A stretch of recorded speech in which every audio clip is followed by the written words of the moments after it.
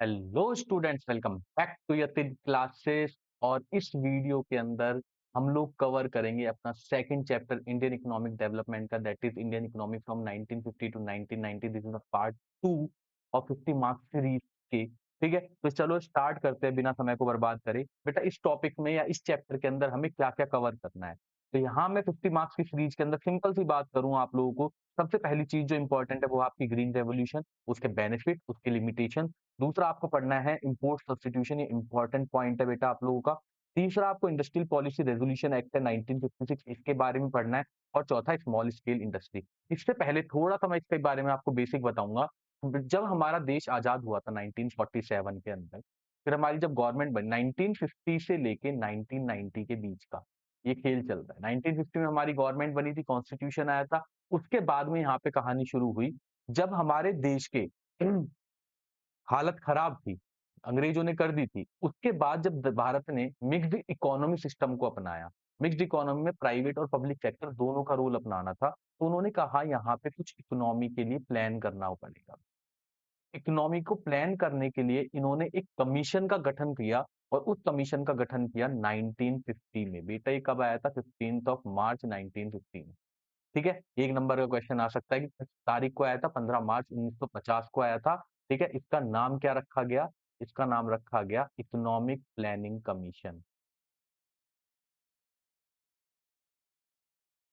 इसके बाद इसके अंदर जो चेयरमैन थे उस टाइम के, हमारे प्राइम मिनिस्टर पंडित जवाहरलाल नेहरू जी।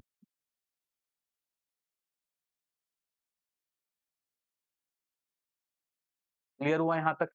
समझ में आया? हुआ क्या, जब हमारे देश के अंदर बीजेपी की गवर्नमेंट आई थी 2014 में, तो फर्स्ट जनवरी 2015 से इन्होंने इसका चेंज करके नाम रख दिया बेटा नीति आयोग। क्या नाम रख दिया? नीति आयोग। नीति stands for national institution for transforming India. Clear हुआ? इसके चेयरमैन कौन बने? अभी जो हमारे प्राइम मिनिस्टर है, प्राइम मिनिस्टर इसके चेयरमैन होते हैं, हमारे श्री नरेंद्र मोदी जी हैं। तो वो हमारे प्राइम मिनिस्टर जो है वो चेयरमैन है किसके? नीति आयोग के। यहां तक क्लियर हुआ? ये जो 1950 के अंदर इकोनॉमिक प्लानिंग कमीशन बना था, यहीं से बेटा हम लोगों का गठन हुआ। किस चीज का? इकोनॉमिक प्लान्स का। जो 5 ईयर प्लान्स थे वो यहीं से आई। तो हमारा 5 ईयर प्लान पहला आया था 1951 के अंदर। ठीक है, 1951 से लेके 1956 तक चला था। ये हमारा पहला 5 ईयर प्लान आया था।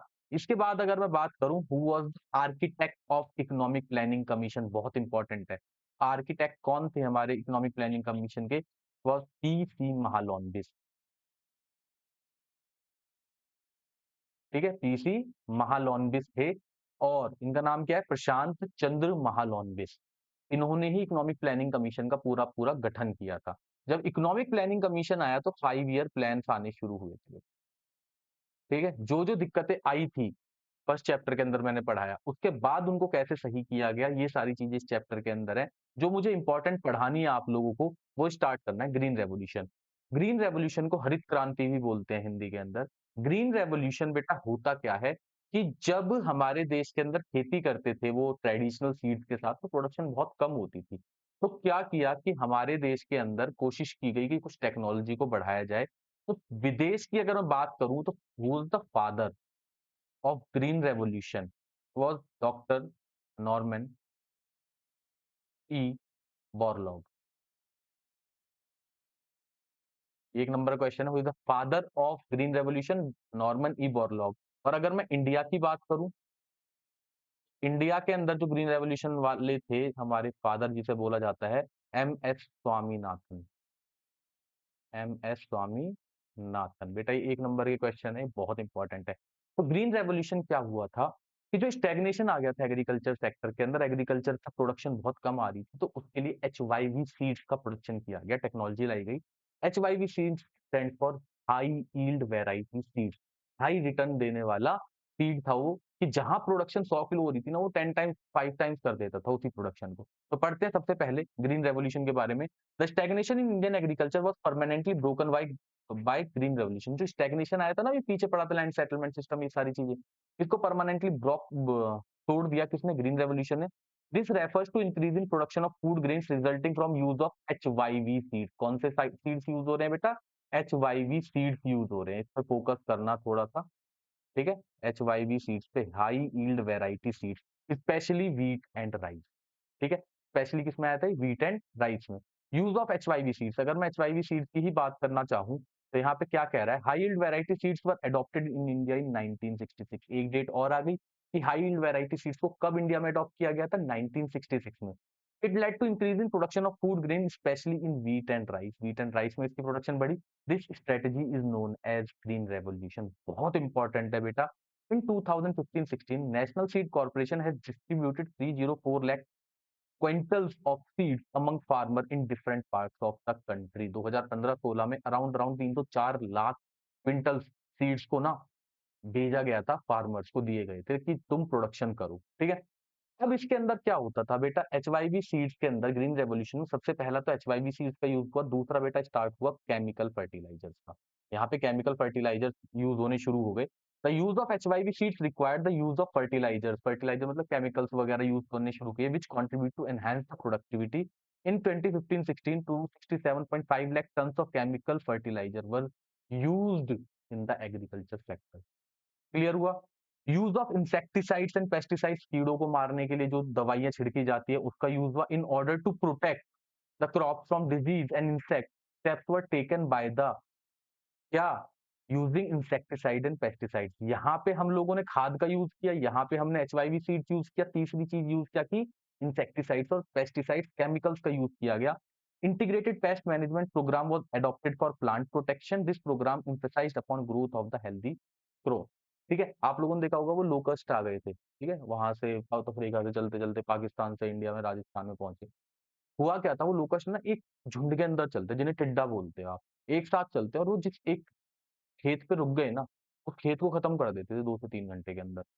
तो उनसे बचाने के लिए, या कीड़े लग जाएं उनसे बचाने के लिए, इंसेक्टिसाइड्स और पेस्टिसाइड्स का यूज हुआ, केमिकल्स का यूज होना शुरू हुआ, ठीक है।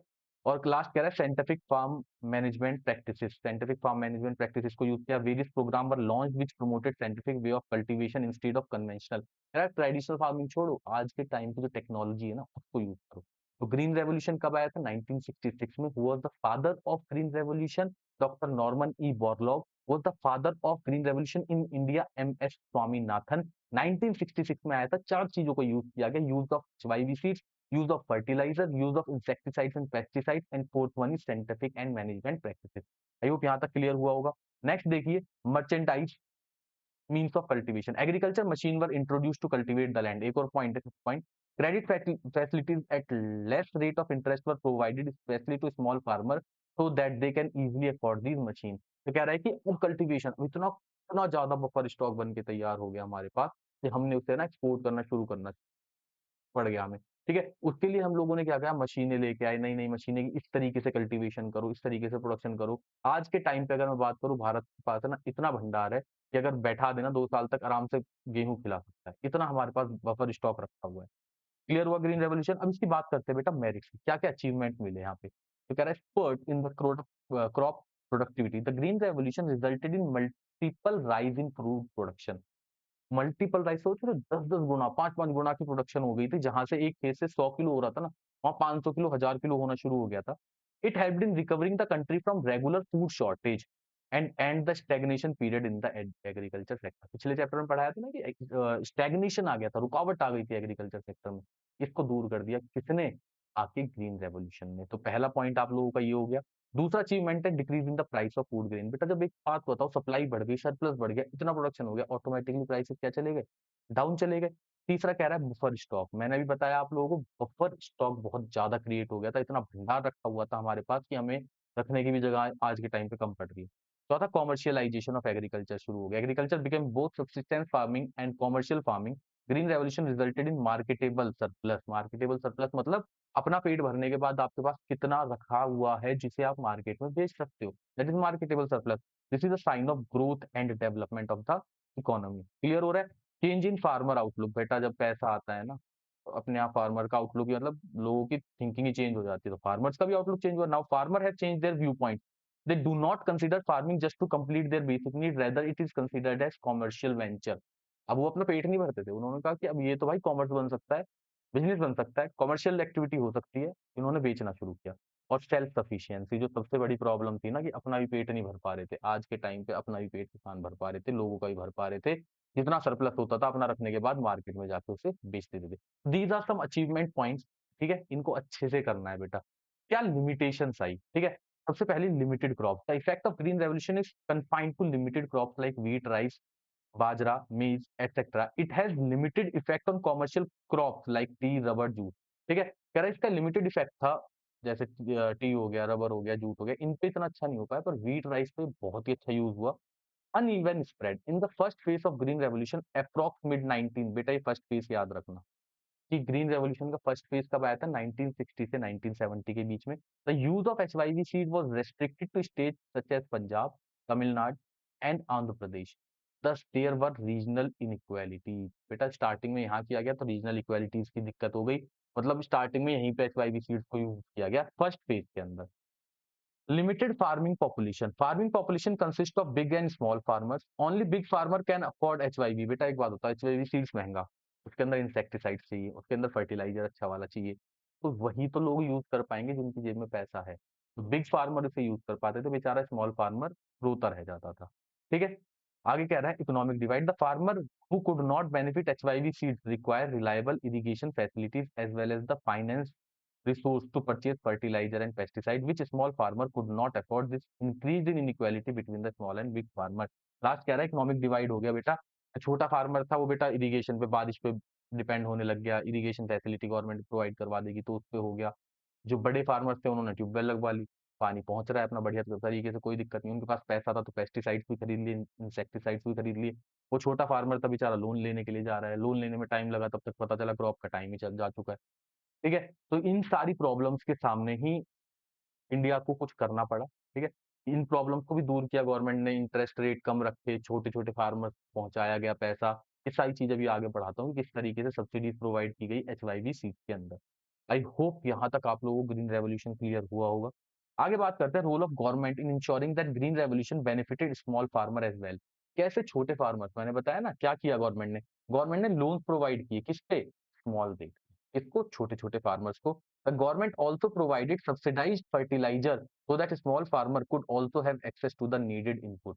उन्होंने ना फर्टिलाइजर्स पे सब्सिडीज प्रोवाइड कर दी कि छोटे फार्मर्स है उनको देना शुरू कर। इस पे बहस छिड़ गई। बहस क्या छिड़ गई? ये थोड़े दिन के लिए काम किया गया था कि सब्सिडी देंगे तो लोग थोड़े से आदी हो जाएंगे चीजों को करने के लिए। बट कुछ इकोनॉमिस्ट ने कहा सब्सिडीज देना बंद करो, और कुछ ने कहा सब्सिडीज दो। क्या अगेंस्ट में गया था सब्सिडीज के, क्या उनके फेवर में गया था? ये बहुत ही इंपॉर्टेंट पॉइंट है बेटा, इसमें से क्वेश्चन आ चुका है। Subsidies means help given by government to small और मार्जिनल फार्मर। छोटे फार्मर को था, आर्ग्यूमेंट क्या था अगेंस्ट सब्सिडीज? क्या क्या अगेंस्ट जा रहे थे लोग? कहते once the technology is found profitable and is widely adopted, subsidies should be eliminated. उन्होंने कहा कि अगर लोगों ने इसे यूज करना शुरू कर दिया, अडॉप्ट कर लिया, अब सब्सिडीज देना बंद कर दो, अब वो खरीदेंगे ही खरीदेंगे अपने आप ही। ठीक है, दूसरा कह रहा है subsidies are mean to benefit the farmer but a substantial amount of fertiliser subsidy also benefit the fertiliser industry. अब फर्टिलाइजर इंडस्ट्री को भी इसका फायदा होना शुरू हो गया था। ठीक है, तो इन्होंने कहा फर्टिलाइजर इंडस्ट्री को जिसको फायदा पहुंचना चाहिए ना, उसको फायदा नहीं पहुंच पा रहा है। फर्टिलाइजर इंडस्ट्री और बिग फार्मर्स इसका फायदा उठा रहे हैं। Among farmers the subsidy largely benefit the farmers in more prosperous region, so there is no case of continuing with fertilizer subsidies, it does not benefit the target group। जिस target group को सोचा गया था ना, small farmer और marginal farmer, उन तक benefit ज्यादा नहीं जा रहा। जो अच्छे एरियाज थे वहां पे सब्सिडी जा रही थी। और कह रहा है कि गवर्नमेंट के ऊपर बहुत ज्यादा बर्डन आ रहा है, क्योंकि 100 रुपए की चीज, बेटा 100 रुपए की चीज अगर 30 रुपए में दी जा रही है, 70 रुपए गवर्नमेंट को झेलना पड़ रहा है, तो गवर्नमेंट पे फाइनेंशियल बर्डन तो बढ़ ही रहा है। अब जो इसके फेवर में थे वो क्या कहते थे? वो कहते थे बेटा यहाँ पे कि any new technology considered to be risky. कोई भी नई टेक्नोलॉजी है वो रिस्की होती है, तो सब्सिडी उसे एनकरेज करती है कि फार्मर उस टेक्नोलॉजी को टेस्ट करे। कोई नई टेक्नोलॉजी आई, मैं क्यों एक्सेप्ट करूंगा? अगर मुझे सस्ती मिल रही होगी तभी तो लूंगा, ये चेक करके देख लेते हैं क्या आता है। तो government should continue with agriculture subsidy because farming in India continues to be risky as it is vitally depend on the monsoon. तो कह रहा है गवर्नमेंट को कंटिन्यू करना चाहिए एग्रीकल्चर सब्सिडी के साथ, क्योंकि ज्यादातर एग्रीकल्चर जो है ना हमारा मॉनसून पे डिपेंड करता है, बारिश होगी तो फसल अच्छी होगी, ठीक है। Most farmer are very poor, छोटे फार्मर तो बेटा गरीब ही है ना, ठीक है। And they will not be able to afford the required input without subsidies, बिना सब्सिडीज के वो रिक्वायर्ड इनपुट को नहीं ला सकते। Eliminating subsidies will increase inequality between, फिर वही वाली बात, अगर सब्सिडीज हटा दोगे तो छोटा फार्मर बेचारा फिर यूज नहीं कर पाएगा, यूज नहीं कर पाएगा तो क्या होगा, फिर से वो जो गैप था, वो जो प्रॉब्लम थी, लिमिटेशन थी, वो इकोनॉमिक डिवाइड वाली, वो वापस बढ़ जाएगी। क्लियर हुआ यहाँ तक आप लोगों को? आई होप यहाँ तक आपको समझ में आ गया होगा। That is green revolution. बेटा एक क्वेश्चन पक्का लिख के ले लो, इसमें से फंसना ही फंसना है, चाहे 1 मार्कर फंस जाए चाहे 3 मार्कर फंस जाए। क्लियर। नेक्स्ट आता है इंडस्ट्रियल पॉलिसी रेजोल्यूशन एक्ट 1956। बहुत ही इंपॉर्टेंट है। क्या कहता है? कह रहा है कि इंडस्ट्रीज को ना थ्री फोल्ड के अंदर इन्होंने कन्वर्ट किया। स्केड्यूल ए, यहाँ पे लिख देता हूं मैं, ठीक है, स्केड्यूल ए, बी और सी के अंदर, ठीक है। शेड्यूल ए में इन्होंने क्या किया, कह रहा है इसके अंदर वो सारी एंटरप्राइजेज आई जो गवर्नमेंट के अंडर चलती थी। द कैटेगरी इंक्लूड कितनी इंडस्ट्री बेटा? 17। याद रखना, ए के अंदर कितनी इंडस्ट्री आई थी? 17 industry, like atomic energy, arms, ammunition, oil, railways etcetera. Clear हुआ यहाँ तक? नेक्स्ट देखो, सेकंड कैटेगरी कौन सी थी आपकी? बी। बी कैटेगरी के अंदर आई बेटा प्राइवेट और पब्लिक सेक्टर, जो दोनों के दोनों थे। पहले में सारी गवर्नमेंट की 17, अब प्राइवेट और पब्लिक की मिला के आ गई। Public sector will take the sole responsibility for starting new unit, it includes 12 industry such as fertiliser हो गया, मशीन हो गया। मतलब कहने का ये है सिंपल सा, कि बी में आ गई 12 इंडस्ट्री, सेट करके देगा पब्लिक सेक्टर, फिर चलाएगा आगे कौन सा सेक्टर? मतलब इन दोनों का रोल आ गया शेड्यूल बी के अंदर। इसमें कितनी इंडस्ट्री आ गई? 12। इसमें कितनी आ गई? 17। जो बाकी की इंडस्ट्रीज बची वो सारी की सारी चली गई बेटा सी के अंदर। सी कहता है the third category C consist of remaining industry which were established by the private sector.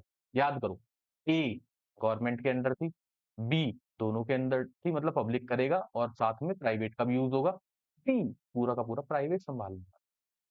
Clear हुआ? आ रहा है ना मजा था पढ़ने के अंदर?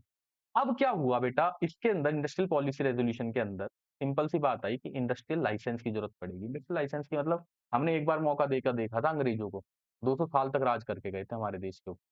वो कंपनी तो लेके आए थे ईस्ट इंडिया कंपनी के नाम से कि हम यहाँ पे बिजनेस करने के लिए आए हैं, उसके बाद उन्होंने राज करना शुरू किया। भारत ने सारे रास्ते बंद कर दिए। भारत ने कहा अब कुछ भी काम करना है पहले हमसे पूछना पड़ेगा, लाइसेंस लेना पड़ेगा। तो कुछ भी चीज अब अगर आपको करनी है तो उसके लिए, सबके लिए क्या चीज की जरूरत पड़ रही थी? अब लाइसेंसिंग सिस्टम की जरूरत पड़ रही थी। तो ध्यान से समझो क्या कह रहा है, इंडस्ट्रियल लाइसेंस क्या कहता है? Although there was a category of industries left to the private sector, the sector was kept under state control through a system of licence. देखो सी के अंदर क्या किया था इन्होंने? प्राइवेट सेक्टर के अंदर सब कुछ दे दिया था, ठीक है। बट उसके बाद भी गवर्नमेंट ने कहा भाई साहब सब कुछ खुद नहीं कर सकते, पूछना तो पड़ेगा, लाइसेंस तो लेना पड़ेगा आप लोगों को। तो आप लाइसेंस लेने के लिए जाते थे। This policy was used for promoting industrialisation in backward region. It was easy to obtain a licence if industrial unit was established in a backward area as compare to developed area. अब बात समझना, अगर आपने अपनी industry को ना backward area के अंदर लगाया हुआ है, बैकवर्ड एरिया मतलब पिछड़ी जगह पे, तो आपको लाइसेंस इजीली मिल जाता। बट अगर डेवलप्ड एरिया में लगा रहे हो तो उसके लिए बहुत सारी फॉर्मेलिटीज करनी पड़ती थी, जो बड़ी मुश्किल हो जाती थी एक लाइसेंस लेने के लिए। तो गवर्नमेंट ने कहा कि साथ साथ डेवलपमेंट भी होता रहेगा। लाइसेंसिंग सिस्टम सबसे पहली चीज याद रखना। दूसरा कह रहा है इंडस्ट्रियल कंसेशन। क्या कह रहा है? Through the government had major control over industry, ठीक है। गवर्नमेंट का इंडस्ट्रीज पे बहुत कंट्रोल था ना, हर चीज के लिए पूछना पड़ता था। पहले को गवर्नमेंट ने संभाला, दूसरे में दोनों थे, तीसरे में प्राइवेट था तो उनको भी कहते लाइसेंस लेके जाना। Private entrepreneurs were afford various industrial concession. In additional industrial unit were given concession such as tax benefit, electricity at lower rate etcetera. It was done to promote regional equality. आ रहा है समझ में? ऐसा नहीं है कि गवर्नमेंट ने कहा कि नहीं तुम्हें तो निचोड़ के ही खा जाएंगे। गवर्नमेंट ने कहा तुमको टैक्स में बेनिफिट देंगे, जाओ बैकवर्ड एरिया में, इलेक्ट्रिसिटी सस्ते दामों पे देंगे ताकि रीजनल इक्वालिटी आ सके। डेवलप्ड एरिया तो पहले ही डेवलप्ड है, कोशिश करो ना बैकवर्ड एरिया को जाके डेवलप करने की। तो ये थे इंडस्ट्रियल कंसेशन जो उन लोगों ने देने शुरू करे।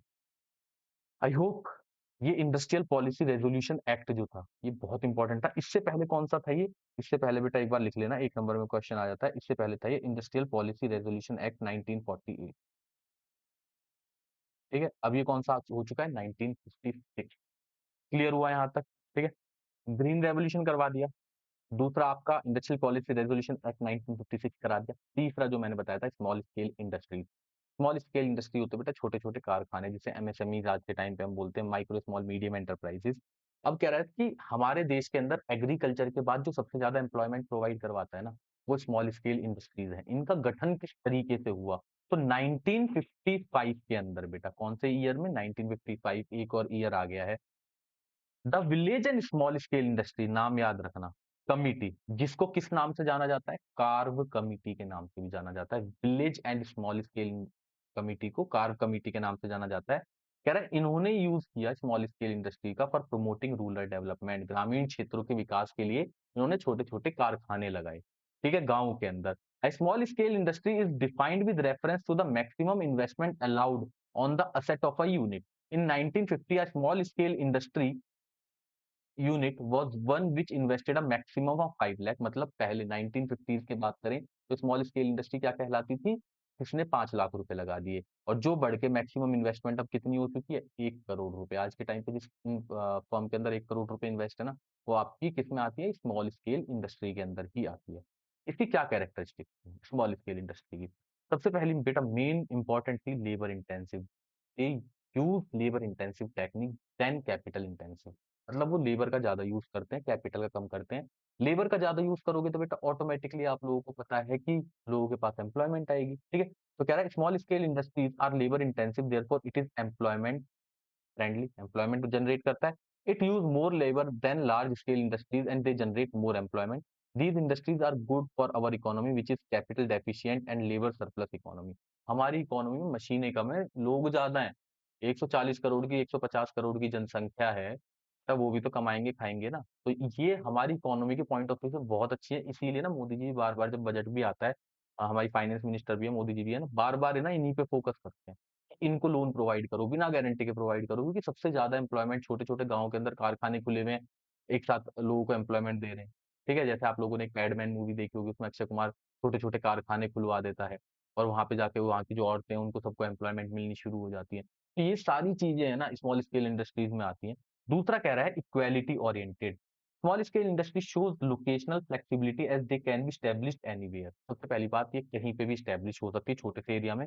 और ये कह रहा है बैलेंस्ड रीजनल ग्रोथ शो करता है, ठीक है। इकोनॉमी के अंदर बहुत अच्छा कंट्रीब्यूट करता है हमारी जीडीपी के अंदर, और हमारी इकोनॉमी को ग्रो करने में भी हेल्प करता है।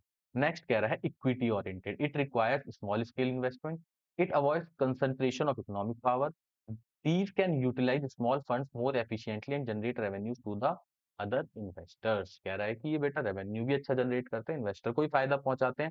छोटी सी इन्वेस्टमेंट चाहिए होती है आज के टाइम पे। 1 करोड़ रुपए की investment is not a big amount for industry, for एक कंपनी के लिए, ठीक है।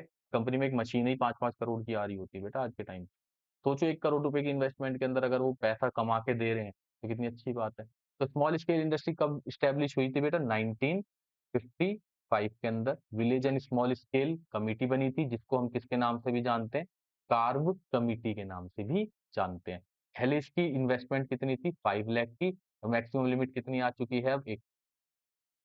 क्लियर हुआ यहाँ तक? नेक्स्ट पॉइंट देखते हैं, इंडियन फॉरेन ट्रेड। 3 पॉइंट मैंने करवा दिए, चौथा मैंने जो लास्ट वाला बोला था import substitution, most most most important. देखो, आपको पता है फॉरेन ट्रेड सेक्टर मैंने आप लोगों को लास्ट चैप्टर में पढ़ा है। फॉरेन ट्रेड सेक्टर क्या हो चुका था? पूरा का पूरा बर्बाद हो चुका था, ठीक है। अंग्रेज सब कुछ लूट के ले जा चुके थे, फॉरेन का जो भी ट्रेड था उसकी हालत खराब कर दी थी। अब आए भाई साहब हमारे देश के अंदर, जब प्राइम मिनिस्टर जी आए, इकोनॉमिक प्लानिंग कमीशन बना, उन्होंने कहा बोलो सुनो भाई, अब एक बात, आत्मनिर्भर भारत बनाओ। जो आज के टाइम पे मोदी जी बोल रहे हैं, विदेशियों पे डिपेंड मत रहो, अपने घर का सामान यूज करो। अपने घर का सामान मतलब जो हमारे देश के अंदर है, इंपोर्ट को सब्स्टिट्यूट करने की कोशिश करो। जो आप मार्केट से मंगवा रहे हो, मतलब बाहर से मंगवा रहे हो, उसको कोशिश करो अपने देश का ही प्रोडक्ट यूज करो, ठीक है। That is called import substitution. इसके लिए इन्होंने एक स्ट्रेटेजी यूज करी जिसका नाम था इनवर्ड लुकिंग ट्रेड स्ट्रेटेजी।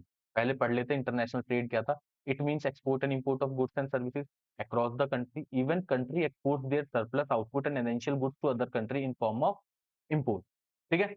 और another country in form of import लेते थे और एक्सपोर्ट अपना माल भेज देते थे। तो कह रहा है इंडिया ने यूज किया इनवर्ड लुकिंग। इनवर्ड मतलब अपनी इकोनॉमी के अंदर देखो। It refers to the policy of having reliance on import substitution and protection of domestic industry through import restriction and import duties. देखो इंपोर्ट का रेस्ट्रिक्शन खत्म, इंपोर्ट की ड्यूटीज लगा दी गवर्नमेंट ने। क्या किया यहाँ पे ना, दो चीजों का यूज किया बेटा। एक तो यूज किया टैरिफ का, ठीक है, एक यूज किया कोटाज का। ये कोटाज और टैरिफ क्या थी? गवर्नमेंट ने है ना, गवर्नमेंट ने कहा इंपोर्ट करोगे लगेगा, इंपोर्ट ड्यूटी लगेगी। नहीं जी, हम तो अब भी करेंगे। अब भी करोगे तो आपकी एक क्वांटिटी फिक्स कर दी, इससे ज़्यादा कहीं नहीं कर सकते। तो गवर्नमेंट ने कोशिश करी कि हम किसी भी तरीके से इम्पोर्ट को सब्स्टिट्यूट कर दें अपने घर के प्रोडक्ट से, ताकि हम बाहर वालों से ना मंगवाएँ और हमारे देश का पैसा विदेशों में ना जाए। Import substitution implies domestic production of goods which the country has been importing. ठीक है? इम्पोर्ट सब्स्टिट्यूशन का मतलब है जो आप इम्पोर्ट कर रहे थे उसकी जगह पे अपने घर का सामान यूज़ करो। This strategy was adopted to save foreign exchange and achieve self reliance. ये कोशिश की गई थी कि हम सेल्फ रिलायंस आत्मनिर्भर बन जाएँ, ठीक है? और दूसरा कह रहा है हमारा फॉरेन एक्सचेंज सेव हो जाएगा। फॉरेन एक्सचेंज बेटा बचेगा तो आप लोग खुद सोच के देखो ना, कि आप लोगों को अगर विदेशों से सामान नहीं मंगवा रहे, आपका फॉरेन एक्सचेंज ही नहीं जा रहा, पैसा ही नहीं जा रहा विदेशों के अंदर। In this policy, government protected the domestic industries from foreign competition. Protection from imports are in form of tariff and quotas. मैंने बता दिया ना टैरिफ और कोटाज इतना ज्यादा लगा दिया था। टैरिफ मतलब टैक्स, कोटाज मतलब क्वांटिटी, इतनी ज्यादा लगा दी थी कि वो इम्पोर्ट ही ना कर पाए। Tariff are tax on imported goods, quotas specify the quantity of goods which can be imported. Tariff and quotas protect domestic firm from foreign competition. Foreigners को आने ही नहीं दिया। टैरिफ और कोटाज ही इतना लगा दिया था कि विदेशी आ ही नहीं पाए यहाँ पे।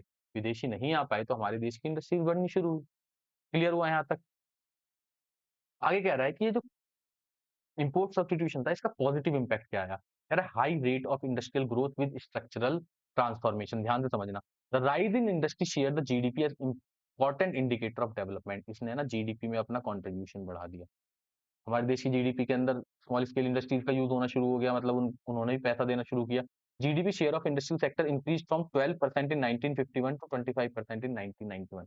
देखो बेटा 12% था 51 में, जो बढ़ के 25% हो गया।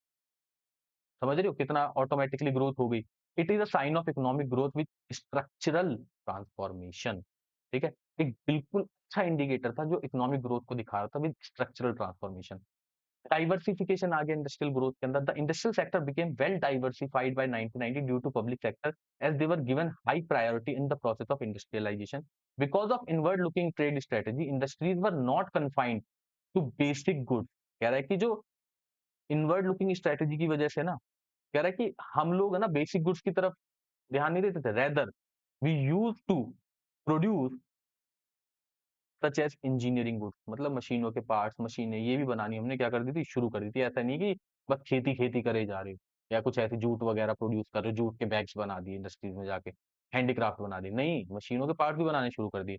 This the growth of sunrise industry in 1950 to 1990 which an era of electronic goods in the global market. Global market में इलेक्ट्रॉनिक गुड्स का चलन बहुत चल गया था।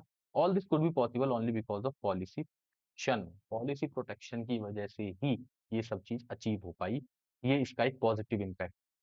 Opportunities for investment, promotion of small scale industry gave opportunities to those people who did not have the capital to start large firm। ये एक opportunity आ चुकी थी। भाई जिसके पास पैसा नहीं है वो जाके अपनी इन्वेस्टमेंट क्या कर सकता है, इन्वेस्ट करे, और उसके बाद में वो एक अपनी इंडस्ट्री, छोटी सी इंडस्ट्री तो लगा सकता है। It also use the potential resources which remained ideal. ठीक है, एक बात बताओ, रिसोर्सेज जो बिल्कुल खाली पड़े हुए हैं, आइडल का मतलब जो खाली पड़ा हुआ है, उसका भी यूज होना शुरू हुआ। जमीन जमीन खाली पड़ी है, इंडस्ट्रीज लगाएंगे तो कम से कम बढ़ेगा तो सही। This promoted growth with equity. Equity के साथ इसका ग्रोथ हुआ। अब इसके बैड इम्पैक्ट क्या पड़े थे बेटा? बैड इम्पैक्ट मतलब इसकी नेगेटिव पॉइंट्स क्या क्या थे? Growth of inefficient public monopolies, ये बहुत इंपॉर्टेंट है। Public sector in the view of industrialisation develop their monopoly control over market. अब देखो गवर्नमेंट है, गवर्नमेंट का ना मोनोपोली आ गई थी, अकेले थे। जैसा गवर्नमेंट कहेगी भाई हमें करना पड़ेगा, लाइसेंस लो, ये करो, वो करो, सारी चीजें हमें माननी पड़ी। An example of this provision of telecommunication services which was under government due to absence of competition one had to wait for a long time to get telephonic communication. अब सोच रहे हो पहले के टाइम पे एसटीडी आईएसडी पीसीओ चलते थे, सुना होगा आप लोगों ने बचपन में, ठीक है, नहीं तो मम्मी पापा से पूछना अपने। इतना ज्यादा चार्जेस होते थे बेटा, मतलब एक एक मिनट के 2-2 रुपए लगते थे। किसी ने अगर 10 मिनट बात कर ली 20 रुपए का बिल आ गया, 30 रुपए का बिल आ गया, क्योंकि सब कुछ गवर्नमेंट के अंडर था। और गवर्नमेंट कौन चला रहा था, याद करो, आपने अभी भी सुना होगा इसका, बीएसएनएल। टेलीकम्युनिकेशन सब कुछ गवर्नमेंट के अंडर था। ठीक है, गवर्नमेंट चला रही थी तो गवर्नमेंट तो भैया पैसा उसी तरीके से खींचती ना अपनी तरीके से। दूसरा कह रहा है indiscriminate spread of public sector enterprise. Public sector enterprise बड़े भेदभाव के साथ बढ़ रहे थे। Everything was under public sector, सब कुछ गवर्नमेंट के अंडर था।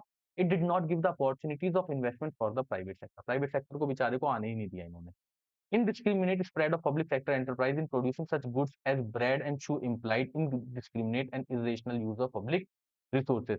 कह रहा है कि इनडिस्क्रिमिनेट स्प्रेड हुआ पब्लिक सेक्टर एंटरप्राइजेस का कि उन्होंने ब्रेड और शूज भी बनाने शुरू कर दिए। जो बेचारा प्राइवेट सेक्टर करने की कोशिश कर रहा था, वो पब्लिक सेक्टर भी करने लग गया। तो बेचारा वैसे प्राइवेट सेक्टर खत्म हो रहा था। Economical unviable state enterprise. Many public sector firms incurred huge losses but continued to function because it is difficult to close a government undertaking. कह रहा है कि जो बहुत सारी गवर्नमेंट फर्म्स थी ना, उनको ही लॉसेस हो रहे थे और गवर्नमेंट की कंपनी ना इतनी जल्दी से बंद हो नहीं सकती, तो ये गवर्नमेंट को लॉस झेलना पड़ता था और जिसकी वजह से भारत का जो पैसा था ना वो ड्रेन होना शुरू हो गया था। ठीक है, तो ये कुछ इसकी लिमिटेशंस भी थी। इंपोर्ट सब्स्टिट्यूशन की बहुत ही इंपॉर्टेंट है। जो जो चीजें बेटा आप लोगों को करवा रहा हूँ ना, वही वही आपके एग्जाम के अंदर आनी है। ठीक है, 50 मार्क्स की बात करी, 50 मार्क्स लिखवा के दिखाऊंगा आप लोगों को। जब पेपर आएगा पूरा पूरा एनालाइज करके दिखाऊंगा कि ये पॉइंट देखो यहाँ से आया, ये पॉइंट यहाँ से आया। सारी चीजें कवर करवा रहा हूँ, बस जैसे अकाउंट्स में किया था वैसे ही इकोनॉमिक्स में करते चले जाओ। पूरा का पूरा पेपर यहीं से मिलने वाला है। ठीक है, नेक्स्ट पार्ट का वेट करो, थोड़ी देर में नेक्स्ट पार्ट भी आ जाएगा। This is the part 2 of Indian economic development. आज मैं पूरे के पूरे 8 पार्ट खत्म करूंगा, जिसके अंदर सारी की सारी इंडियन इकोनॉमिक डेवलपमेंट के इंपॉर्टेंट क्वेश्चन को खत्म करने वाला हूँ। तो मिलते हैं नेक्स्ट वीडियो में, तब तक के लिए bye bye, thank you so much.